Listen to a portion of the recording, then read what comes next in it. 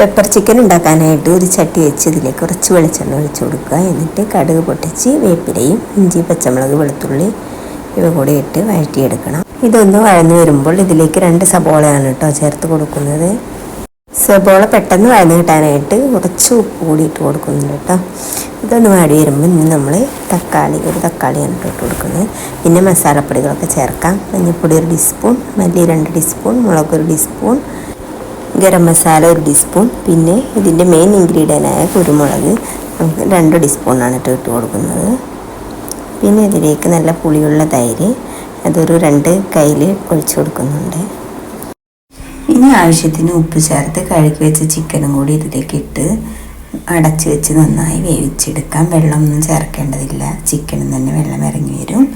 നന്നായി വെന്ത് കഴിഞ്ഞാൽ 1 ടീസ്പൂൺ കുരുമുളക് പൊടിയും മല്ലിച്ചപ്പും കൂടി വിതറി ചൂടോടെ തന്നെ സെർവ് ചെയ്യാം.